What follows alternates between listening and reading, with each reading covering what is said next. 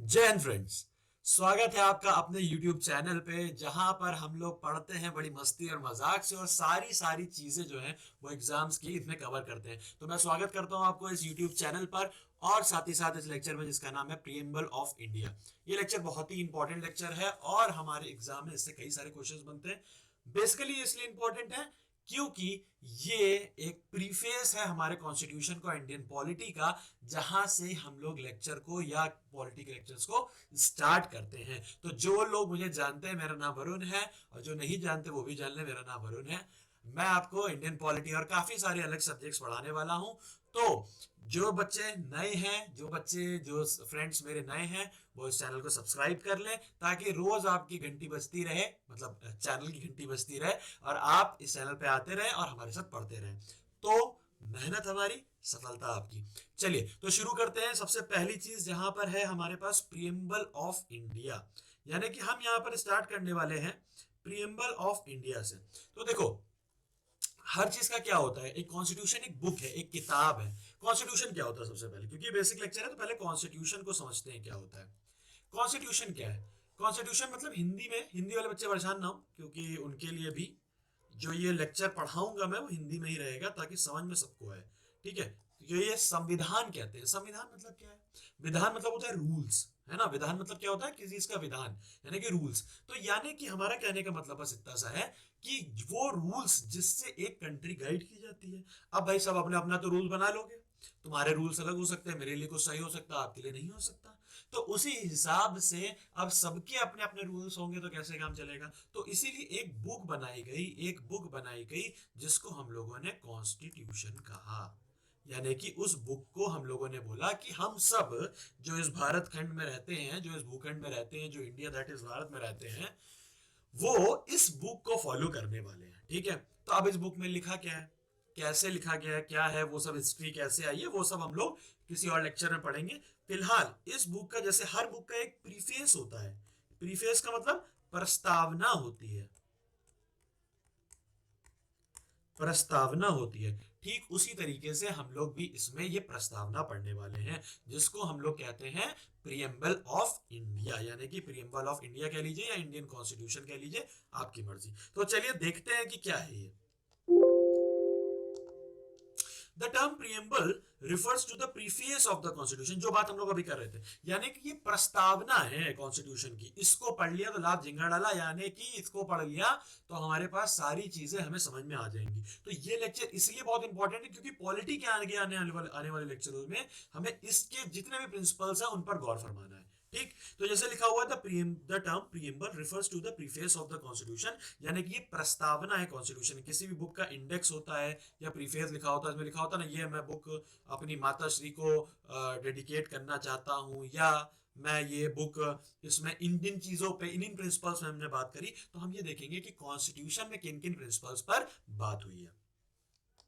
तो the American constitution was the first to begin the American constitution was the first to begin with constitution, यानी कि America पहला ऐसा देश था जिसने कॉन्स्टिट्यूशन के साथ शुरुआत करी, जिसने ये निकाला कि कॉन्स्टिट्यूशन होना चाहिए। अच्छा, इंडिया का कॉन्स्टिट्यूशन पता है कैसा है? इंडिया का कॉन्स्टिट्यूशन फ्लेक्सिबल कॉन्स्टिट्यूशन है। कैसा है? फ्लेक्सिबल। ये क्वेश्चन डायरेक्टली एग्जाम में आता है कि इंडिया का कॉन्स्टिट्यूशन फ्लेक्सिबल है। अब ये फ्लेक्सिबल क्यों है, इस पर हम लोग आगे बात करेंगे। जब आगे लेक्चर्स पे आएगा तो हम लोग इसको डिटेल में समझेंगे कि इसमें ऐसे कौन कौन से फीचर्स हैं जिसकी वजह से ये फ्लेक्सिबल है। तो यहां से दो बात क्लियर। अच्छा, एक चीज ध्यान रखिएगा, इस लेक्चर से हम लोग कोशिश करेंगे कि हम लोग पहले तो कुछ टाइम तक, जितना टाइम में लेक्चर हो जाएगा, वो लास्ट 10 मिनट्स हम इसको रिवीजन करेंगे, ताकि यहां पे जाने के बाद हमें खुद दोबारा इसको ना पढ़ना पड़े, या अगर बाद में पढ़ना है तो 1.5x पे लगा के पढ़ना पड़े, वो अलग की चीज हो गई। बट स्टिल अभी हम ये चाहेंगे कि इस लेक्चर को हम लोग इस तरीके से पढ़ें ताकि ये खत्म हमारा यहीं पर हो जाए, कोई दिक्कत ना आए। ठीक, नेक्स्ट पॉइंट कहता है ऑब्जेक्टिव रेजोल्यूशन। नेक्स्ट पॉइंट कहता है objective resolution move by Nehru ji. अब यहां पर कुछ डेट्स हैं जो हम लोग यहां पर याद रखेंगे। 9 ऑफ दिसंबर 1946, क्या याद रखेंगे? 9 दिसंबर 1946, जिस तारीख को मैं वीडियो रिकॉर्ड कर रहा हूं उस तारीख ही 9 दिसंबर है। इसीलिए मैं ये चाहूंगा कि ये वीडियो जो है वो आपके लिए बहुत महत्वपूर्ण हो जाता है, क्योंकि आज ही के दिन हमारी कॉन्स्टिट्यूएंट असेंबली यानी कि संविधान सभा जो लगी थी वो बैठी हुई थी। अब मतलब आज ही के दिन, ये मतलब 1946 में कर रहा हूँ यार, ठीक है। तो 1946 नहीं, ये है 2023 है, ठीक है। चलो, तो 9 दिसंबर 1946 को हमारी कॉन्स्टिट्यूएंट असेंबली लगती है। अब क्योंकि 9 दिसंबर बैठते हैं, अच्छा खाते पीते हैं सारे लोग, तो हम लोग ये जानते हैं कि अब इसका क्या करना है, आगे किस तरीके से बढ़ना है, क्या प्रिंसिपल्स होंगे जो भारत का संविधान, क्योंकि भाई 200 साल से तो हम लोग गुलामी देख रहे थे ब्रिटिश कॉन्स्टिट्यूशन के अंडर, तो हम सॉरी ब्रिटिश अंपायर के अंडर। तो अब कौन सी ऐसी चीजें होंगी जो हम अपने कॉन्स्टिट्यूशन में इंक्लूड करना चाहेंगे। तो अब किन प्रिंसिपल्स के बेसिस पर, क्योंकि डाइवर्सिटी भी बहुत ज्यादा थी, ऊंच नीच भी बहुत ज्यादा थी, तो अब इन किन प्रिंसिपल्स को देखते हुए हम लोग कॉन्स्टिट्यूशन फ्रेम करेंगे, उस पर बात होगी।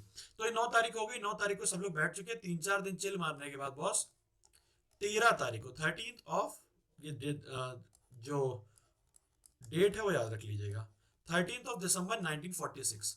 13 दिसंबर 1946 में क्या होता है, एक ऑब्जेक्टिव रेजोल्यूशन लाया जाता है। ये क्वेश्चन ज्यादातर एग्जाम्स में देखने को मिला है। ऑब्जेक्टिव रेजोल्यूशन लेकर आया जाता है, जो कि किसके द्वारा, नेहरू जी द्वारा। यहाँ नेहरू जी कौन है, जेएल नेहरू है, ठीक है। कई बच्चे थोड़ा कंफ्यूज कर जाते हैं इस चीज से कि ये कौन से नेहरू जी हैं, तो ये जेएल नेहरू जी हैं। एक मिनट, ठीक है, ये जेएल नेहरू जी हैं, क्लियर। तो ये जेएल नेहरू जी हैं जिनके द्वारा ये ऑब्जेक्टिव रेजोल्यूशन निकाला जाता है। अब ये क्या है, यही ऑब्जेक्टिव रेजोल्यूशन आगे चलकर क्या बनेगा, हमारा प्रियम्बल के रूप में स्वीकार किया जाएगा। नेक्स्ट पॉइंट लिखा हुआ है, amended one time in 42nd amendment, यानी कि एक ही बार को प्रियम्बल को, ये बहुत इंपॉर्टेंट पॉइंट है, याद रखिएगा, एक ही बार हमारे प्रियम्बल को अमेंड किया गया है, वो भी है 42nd अमेंडमेंट में। और ये एक पॉइंट लिख लो, यहाँ पर आगे पढ़ाएंगे भी, वैसे यहाँ पे लिख लीजिए, मिनी कॉन्स्टिट्यूशन भी कहा जाता है 42nd अमेंडमेंट को। क्या कहा जाता है, मिनी कॉन्स्टिट्यूशन भी कहा जाता है 42nd अमेंडमेंट को, ठीक है। नेक्स्ट पॉइंट, अडॉप्टेड ऑन 26 नवंबर 1949, किस डेट को अडॉप्ट किया गया है, 26 नवंबर 1949 को ये हमारा अडॉप्ट किया गया है। कहता है preamble states that constitution derives it's authority from people of India. Constitution अपनी अथॉरिटी कहां से डिराइव करता है, पीपल ऑफ इंडिया से डिराइव करता है, यानी कि हमारे जो लोग हैं यही कॉन्स्टिट्यूशन को अथॉरिटी देते हैं, पावर देते हैं। डेमोक्रेसी के बारे में पढ़ाई था ना हम लोगों ने कि लोगों के लिए, लोगों के द्वारा और लोगों से, इन लोग हम तीनों, मतलब ये तीनों को मिला के ही डेमोक्रेसी का फॉर्मेशन हो सकता है। उसी में आगे हम लोग ये प्रीएम्बल कह रहे हैं कि ये कहां से पावर ले रहा है, तो ये कहां से लेता है, पीपल ऑफ इंडिया। सिंपल चीज है यार, रूल्स है, अगर जनता रूल मानेगी ही नहीं तो क्या होगा, अल्टीमेटली खत्म हो जाएगा, कोई मानेगा नहीं, कहेगा चलो जान दो यार। तो ये एक्सेप्टेंस बहुत जरूरी है, ठीक है। Coming to the next point, अब सबसे पहला वर्ड जो यूज किया जाता है प्रियम्बल में, उसको हम लोग कहते हैं सोवरेन। सोवरेन, सोवरेन का मतलब क्या होता है, सोवरेन का मतलब होता है हिंदी में संप्रभुता, ठीक है। संप्रभुता, संप्रभुता का मतलब क्या है, संप्रभुता का मतलब कभी कभी डायरेक्ट डेफिनेशन आ जाती है एग्जाम में, तो याद रखना, इंडियन कॉन्स्टिट्यूशन इनमें से क्या है क्या नहीं है, इंडियन कॉन्स्टिट्यूशन में इनमें से कौन से फीचर है, प्रियम्बल में क्या मेंशन है, इस तरीके से क्वेश्चंस बनते हैं, अभी बताऊंगा। तो प्रियम सोवरेन कहता है it implies that India is nether a dependency, यानी कि इंडिया किसी पर डिपेंडेंट नहीं है, not the dominant of any other nation but independent state, यानी कि ये कहता है कि इंडिया किसी के डिपेंडेंसी नहीं है, इंडिया किसी पर डिपेंडेंट नहीं है। अब डिपेंडेंसी का मतलब यहां पर ये मत समझना कि यार कह दो कि सर हम लोग हमारे यहाँ तो ऑयल होता ही नहीं है, तो ऑयल तो हम रशिया से लेते हैं सर, हम यूएई से सर ऑयल लेते हैं, तो इस हिसाब से तो सर हम लोग डिपेंडेंसी हुए। डिपेंडेंसी का मतलब हमारे ऊपर किसी का आधिपत्य नहीं है, हम किसी के अंडर नहीं आते हैं। ये तो भाई ग्लोबल पॉलिटिक्स है, हम किसी को कुछ देते हैं, कोई हमें कुछ देता है ना, तो उसमें आप सोवरेन नहीं समझेंगे। डिपेंडेंसी का मतलब ये हो गया कि हम किसी पर ऐसे डिपेंडेंट नहीं है कि कोई हम पर शासन करे। बेसिकली अगर हम इसको मोटे मोटे तौर पर सोवरेन को समझना चाहें तो हम ये कहते हैं कि हम अपनी पॉलिसीज यानी कि हम अपनी नीतियों को बनाने के लिए स्वतंत्र है। तो हमने अभी तक क्या पढ़ लिया कि भाई 26 नवंबर जो है 1949 को अडॉप्ट किया गया। एक अच्छा 26 नवंबर में एक चीज और समझ लेना, 26 नवंबर ही वो डेट है बाबू 1949 जो कि प्रियम्बल में नीचे मेंशन्ड है, ठीक है, प्रियम्बल के नीचे मेंशन्ड है। ठीक है, अब कहोगे सर क्या हो गया 26 नवंबर क्यों है, और हम लोग तो रिपब्लिक लिखते हैं 26 जनवरी को, है ना, यही तो कहोगे। अब इसके बारे में बात करेंगे आगे। ठीक, coming to the next point. अब आता है सोशलिस्ट। क्या? समाजवाद। क्या आएगा? समाजवाद। बहुत बढ़िया। ये समाजवादी पार्टी वाले नहीं है मुलायम सिंह जी। अच्छा, मुलायम सिंह जी को एक एक करंट अफेयर लिख लो, मुलायम सिंह जी को इस समय पद्म विभूषण दिया गया है। ठीक है, ये आ सकता है आपके में क्वेश्चन कि मुलायम सिंह यादव जो कि यूपी के चीफ मिनिस्टर भी रहे हैं, और समाजवादी पार्टी, यानी कि जो मैं लखनऊ का रहने वाला हूं तो मेरा काफी गहरा नाता है समाजवादी पार्टी से, इसलिए बता दे रहा हूँ, और उसके अध्यक्ष भी रहे हैं और चीफ मिनिस्टर भी यूपी के रहे हैं, तो उसमें पद्म विभूषण दिया गया है उनको। ठीक है, याद रखना। ठीक है, और टोटल इस साल 6 लोगों को पद्म विभूषण दिया गया। ठीक है, याद रखिएगा ये चीज, क्योंकि कितने लोगों को पद्म विभूषण दिया गया? 6 लोगों को पद्म विभूषण दिया गया। चलो, डीपीएसपी इंप्लीमेंटेशन, यानी कि डीपीएसपी में ये चीज लिखी हुई है कि सोशलिस्ट होना चाहिए। एक बात ध्यान रखेंगे, सोशलिस्ट जो है वो ओरिजिनल प्रियम्बल में नहीं था। ये क्या बात है सर? यानी कि अभी मैंने एक बात कही थी, 42nd अमेंडमेंट के थ्रू हमने एक बार अमेंड किया है, बात घुसी थी दिमाग में, तो वो उस अमेंडमेंट में ही सोशलिस्ट को हमने डाला है। ठीक है, उसी अमेंडमेंट में 42nd अमेंडमेंट में 1976 का वो अमेंडमेंट है जिसमें हमने सोशलिस्ट को प्रियम्बल के अंदर डाला है। ठीक है, तो यानी कि अगर हमसे कहेगा ओरिजिनल प्रियम्बल में क्या सोशलिस्ट वर्ड था, तो नहीं था। ठीक, इंडिया फॉलोज डेमोक्रेटिक सोशलिज्म। कैसा? डेमोक्रेटिक सोशलिज्म आता है, डेमोक्रेसी है इंडिया, इंडिया क्या है? डेमोक्रेसी है, तो कैसा सा सोशलिज्म है? डेमोक्रेटिक सोशलिज्म है। सोशलिज्म के कई सारे प्रकार होते हैं, पॉलिटिकल साइंस में नहीं जाते हैं, बट यहां पर जो इंडिया फॉलो करता है, तो डायरेक्ट क्वेश्चन यहां से आ सकता है, कैसा सोशलिज्म बाबू? डेमोक्रेटिक सोशलिज्म है। ठीक, next, democratic socialism hold faith in mix economy. Mix economy आप जानते हैं कि जहां पर स्टेट और प्राइवेट प्लेयर्स दोनों ही इन्वॉल्व होते हैं किसी भी इकोनॉमी में। ठीक है, स्टेट भी इन्वॉल्व होता है और प्राइवेट प्लेयर्स भी इन्वॉल्व होते हैं, और मिक्स इकोनॉमी मेरे हिसाब से सर पे परफेक्ट टाइप होता है किसी भी इकोनॉमी का।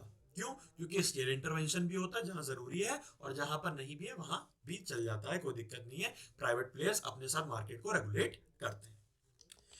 Democratic socialism aim to end poverty, ignorance, disease etcetera. Democratic socialism जो है वो किन चीजों पर फोकस करता है खत्म करने के लिए? पॉवर्टी पर, इग्नोरेंस पर, डिजीज पर, और बहुत सारी ऐसी चीजें, अनइक्वालिटी पर, इनइक्वालिटी पर फोकस करेगा, है ना, और जैसे ऊंच नीच क्लासेस हैं हमारे यहाँ, क्लासेस पर फोकस करेगा कि क्लासेस ज्यादा वाइड गैप नहीं होना चाहिए उनके बीच में।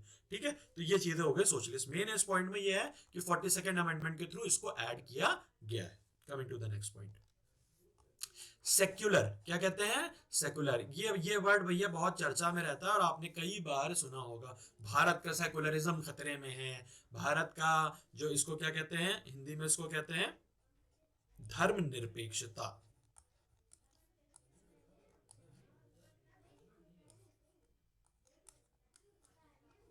स्पेलिंग देख लेना यार, थोड़ा गड़बड़ हो सकती है। ठीक है, धर्म निरपेक्षता। ठीक, निरपेक्ष।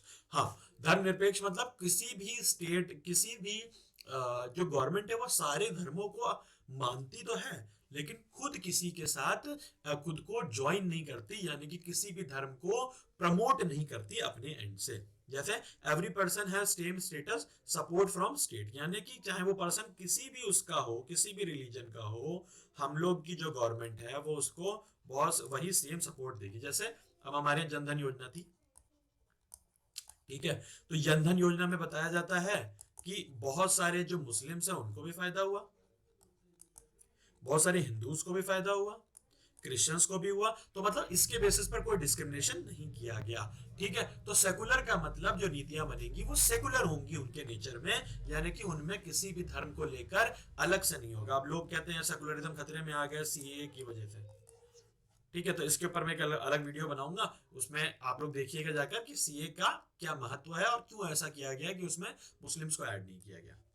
और religion in country are same is irrespective of their strength and population. अब हो सकता है वो पारसी समाज हो, पारसी समाज के आप जानते हैं, पारसी समाज के एक बहुत महत्वपूर्ण व्यक्ति हैं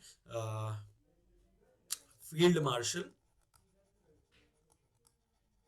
सैम मैनिक शॉ, ठीक है, ये पारसी थे। क्या थे? पारसी थे। तो ये बहुत बहुत काम है संख्या में। तो क्या गवर्नमेंट इनको हरास करेगी? क्या गवर्नमेंट इनको खत्म कर देगी? या इनकी बातें नहीं सुनेगी? या इनके लिए अलग पॉलिसीज बनेंगी? ऐसा नहीं। अलग पॉलिसीज बन सकती माइनॉरिटी को लेकर, बट ये है कि ऐसा कुछ नहीं होगा कि डिस्क्रिमिनेशन होगा या गवर्नमेंट इन्हीं को सपोर्ट करेगी बाकियों को नहीं करेगी, या हिंदुओं को ही सपोर्ट करेगी। तो सेकुलर का मतलब ये होता है। Unlike Bangladesh, Pakistan and Afghanistan. अब ये क्या बात लिखी हुई है, बहुत इंपॉर्टेंट चीज है। बांग्लादेश के स्टेट का, स्टेट का मतलब जब मैं स्टेट बोलूं तो इसका मतलब आप कंट्री समझिएगा, ठीक है। जब मैं आर्टिकल्स पढ़ाऊंगा तो उसमें स्टेट का मैं जिक्र करूंगा आर्टिकल 12 में, ठीक है। तो अभी उसके बाद के बात है वो बाद में करेंगे। फिलहाल क्या है, बांग्लादेश, पाकिस्तान, अगर तीनों पड़ोसी हैं भाई अपने, ठीक है। बांग्लादेश आप जान रहे हो ये हो गया आपका नॉर्थ ईस्टर्न में, ठीक है। और नॉर्थ वेस्ट में किधर हो गया आपका ये आपका पाकिस्तान। और थोड़ा सा और ऊपर चले जाएंगे नॉर्थ की तरफ तो अपना अफगानिस्तान आ जाएगा। अफगानिस्तान सबसे कम 108 किलोमीटर की बाउंड्री शेयर करता है इंडिया के साथ, तो पड़ोसी हुआ यार, ठीक है, मान ले। ठीक है, तो बांग्लादेश, पाकिस्तान और अफगानिस्तान, ये तीनों इनका नाम अनलाइक क्यों लिखा हुआ, इनकी तरह नहीं। यानी कि इन तीनों स्टेट्स के पास क्या है, अपना अपना स्टेट का रिलीजन है।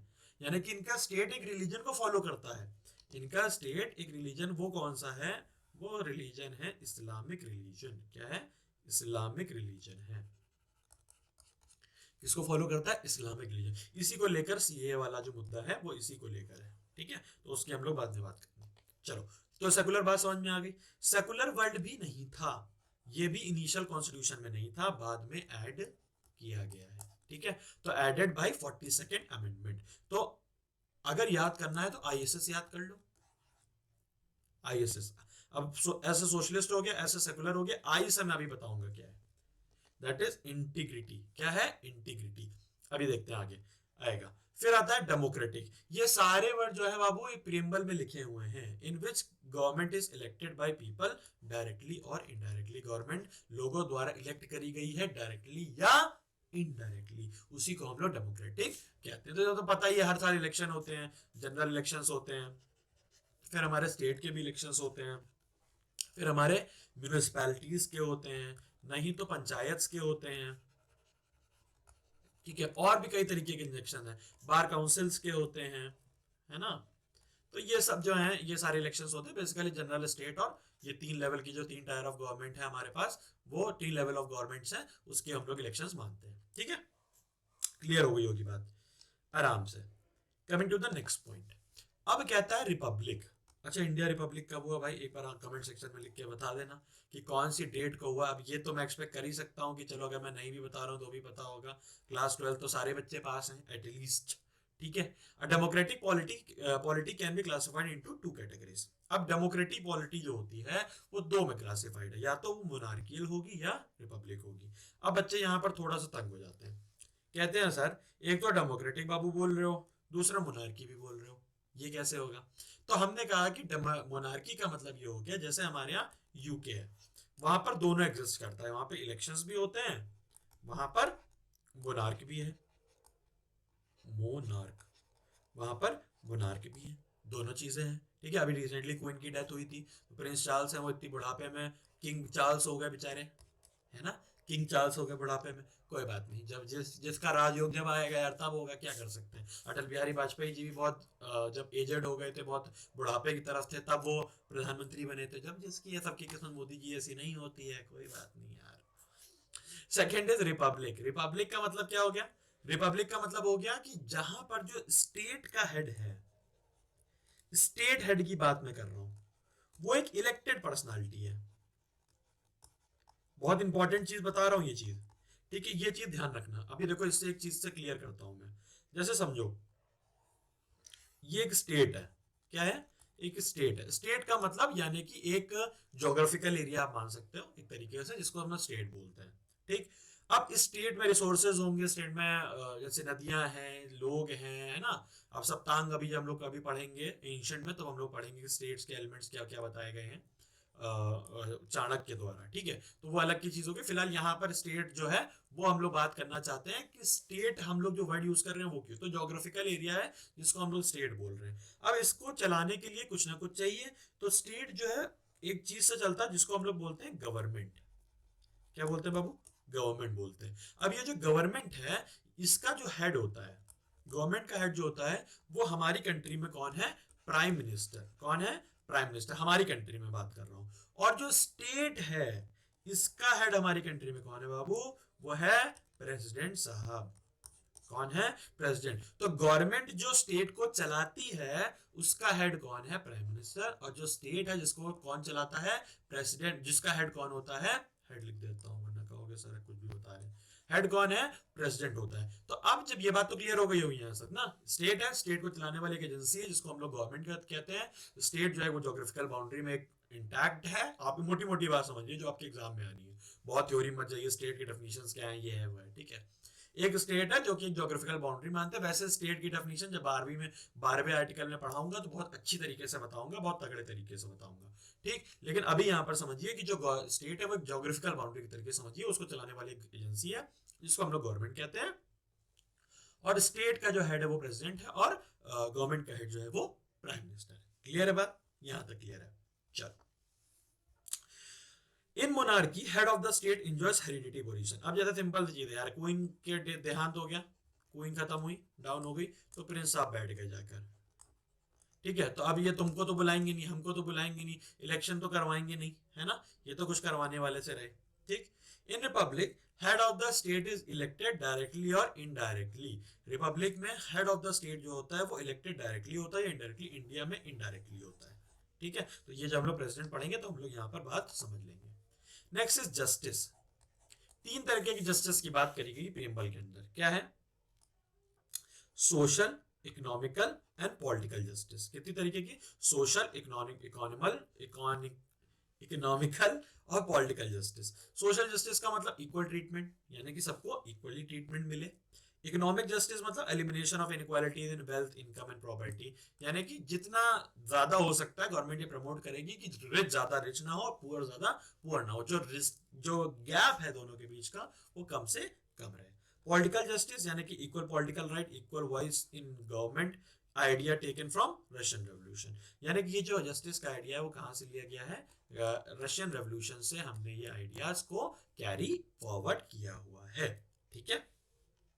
चलो sorry, next, liberty, absence of restraint on active. Liberty का मतलब क्या होता है? स्वतंत्रता। स्वतंत्रता, एक तरीके के स्वतंत्रता और लिबर्टी में थोड़ा सा अंतर होता है, बहुत ज्यादा नहीं। Liberty comes with some restrictions. Liberty में कुछ रिस्ट्रिक्शंस होते हैं आपके पास, ठीक है, कुछ ना कुछ रिस्ट्रिक्शंस होते हैं लिबर्टी में। Taken from French revolution the idea of equality, liberty and fraternity. कहां से लिया गया है? तीनों फ्रेंच रेवोल्यूशन से। Next is called equality. ये तो बहुत इंपॉर्टेंट है, डेमोक्रेसी में इक्वालिटी नहीं हुई तो क्या हुआ? Three dimensions of equality. कैसे equality? Civic, political and economical. Civic equality, अब ये डायरेक्टली तो नहीं लिखा हुआ कहीं में कैसे इक्वालिटी, तो कुछ ना कुछ आर्टिकल्स दिए हुए हैं जिसके जरिए हम लोग समझते हैं। आर्टिकल 14 से 18 जब हम लोग फंडामेंटल राइट्स पढ़ेंगे तो उसमें पढ़ेंगे राइट टू इक्वालिटी है। पॉलिटिकल इक्वालिटी का मतलब इक्वालिटी है बाबू ये, ठीक है। इलेक्टोरल रूल्स, ठीक है, इलेक्टोरल रूल्स को बनाना। इकोनॉमिक इक्वालिटी में डीपीएसपी में इक्वल वेजेस देने का प्रावधान है। जब हम लोग डीपीएसपी पढ़ेंगे तो हम लोग उसको इस चीज को समझेंगे। Next point, fraternity. फ्रेटर्निटी का मतलब भाईचारा। भाईचारा, हिंदू मुस्लिम भाई भाई आपस में, हिंदू मुस्लिम आपस में सब भाई भाई है ना, कहते हैं हिंदू मुस्लिम और ईसाई आपस में सब भाई भाई। डॉक्टर के एम मुंशी ने क्या कहा? प्रियम्बल को बोला horoscope of our sovereign democratic Republic. Horoscope का मतलब कहते हैं जैसे जो भविष्यवाणी नहीं एक तरीके से करते हैं, या आप देखते हो सुबह हॉरोस्कोप आता है हमारा, तो के एम मुंशी जो है ये आपकी कॉन्स्टिट्यूएंट असेंबली का भी हिस्सा रहे हैं और बहुत एमिनेंट आदमी थे।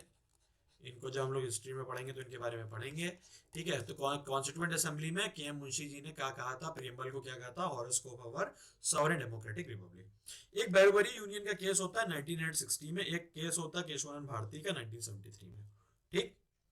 1960 में ये कहा जाता है बेरुबरी का केस, जब केसेस पढ़ेंगे तो उसको डिटेल में पढ़ेंगे। फिलहाल ये देखिए 1960 में कहा जाता है कि प्रियम्बल कॉन्स्टिट्यूशन का पार्ट नहीं है। तो बेरुबरी का केस ये कहता है, बेरुबरी कि प्रियम्बल जो है वो कॉन्स्टिट्यूशन का पार्ट नहीं है। बट बाद में केशवानंद भारती का एक केस आता है जो कहता है प्रियम्बल जो है वो कॉन्स्टिट्यूशन का पार्ट है। क्या है केस, मतलब वो कोर्ट केस वाला ही केस है, ठीक है। It is the part of constitution. Amendment of preamble under article 368। अभी मैंने आपको एक शुरुआत में चीज बोली थी कि Indian constitution is a flexible constitution. तो यानी कि आर्टिकल 368 जो है वो केशवानंद भारती का 1973 में आता है, यानी कि ठीक 13 साल बाद। और ये कहता है कि आर्टिकल 368 जो है वो केशवानंद भारती आर्टिकल 368 के तहत इंडियन कॉन्स्टिट्यूशन को अमेंड किया जा सकता है, ठीक है। अमेंडमेंट ऑफ प्रियम्बल भी किया जा सकता है। ये तो पहले से लिखा हुआ 368 में कर सकते हैं, लेकिन प्रियम्बल को अमेंड केस में कर सकते हैं, दैट इज केशवानंद भारती के केस में। तो यहां तक हम लोगों ने सारे चीजें जो है वो प्रियम्बल के मुख्य मुख्य चीजें पढ़ ली हैं। आई होप प्रियम्बल के सारे पॉइंट्स अच्छी तरीके से समझ में आए होंगे। अब मैं चाहता हूं कि आप कुछ क्वेश्चंस का आंसर दें। Who brought objective resolution in constituent assembly? कौन लेकर आया? बाल गंगाधर तिलक, जेएल नेहरू, सीआर दास या नन्हु दास? अभी मैंने बताया जवाहरलाल नेहरू जो कि लेकर आए थे कॉन्स्टिट्यूएंट असेंबली में ऑब्जेक्टिव रेजोल्यूशन। डेट आप मेरे को कमेंट सेक्शन में लिखकर बताएंगे कौन सी डेट को लिख के आए थे। Coming to the next point, how many time preamble got amendment? तो अभी बताया 42nd अमेंडमेंट के थ्रू हम लोगों ने, ये सब आए हुए क्वेश्चंस हैं, ठीक है। ईयर बताओ 42nd अमेंडमेंट का, 1976, ठीक है। तो फर्स्ट अमेंड एक ही बार अमेंड किया गया है। Next is in which preamble was amendment? 46। Fourth question, dash implies that India is neither a dependency nor a dominant for any other nation but independent state। ये definition किसकी है? Comment section में answer देंगे आप इसका। और इसके next question का भी, in which case supreme court said preamble is not a part of the constitution. तो आई होप ये लेक्चर आपको बहुत अच्छी तरीके से समझ में आया होगा। प्रीएम्बल के जितने भी क्वेश्चंस हैं वो इससे आराम से बन जाएंगे, कोई टेंशन लेने की चीज इसमें नहीं है। आई होप ये क्वेश्चंस का आंसर आप कमेंट सेक्शन में देंगे। और हम लोग जल्दी मिलते हैं एक नए लेक्चर के साथ और एक नई उमंग के साथ, जिसमें मेहनत होगी मेरी और सफलता होगी आपकी। तो इसी के साथ जय हिंद, जय भारत।